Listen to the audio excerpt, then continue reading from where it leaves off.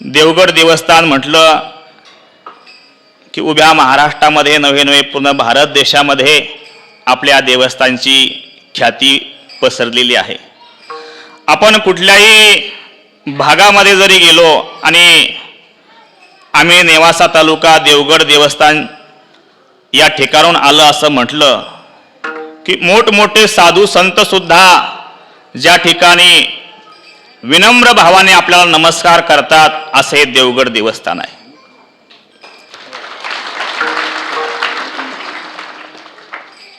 अनेक वैशिष्ट्याने असणारी या ठिकाणी या देवस्थानची ख्याती आपण दूर त्या ठिकाणी पसरलेली पाहतो।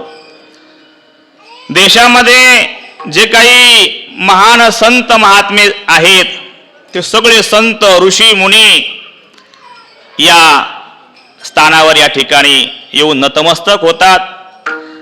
याचं कारणच आहे की साक्षात दत्तप्रभूचं या ठिकाणी वास्तव्य आहे आणि ज्यांच्या तपश्चर्येने ज्यांच्या त्यागाने ही भूमी या ठिकाणी उभी आहे ती श्री समर्थ सद्गुरू किसनगिरी बाबांची तपश्चर्याची भूमी आहे। आणि आपल्या सर्वांचं श्रद्धास्थान पूजनीय बाबाजींनी या भूमीला सुगंध आणण्याचं काम बाबाजीने केलं आहे। आणि म्हणून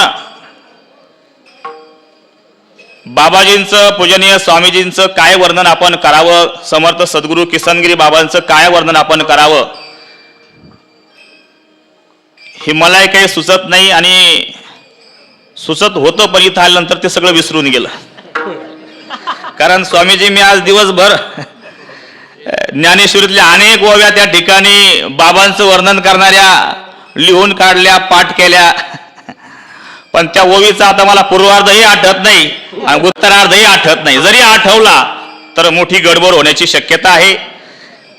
कारण एवढ्या मोठ्या स्थानावर आजची सेवा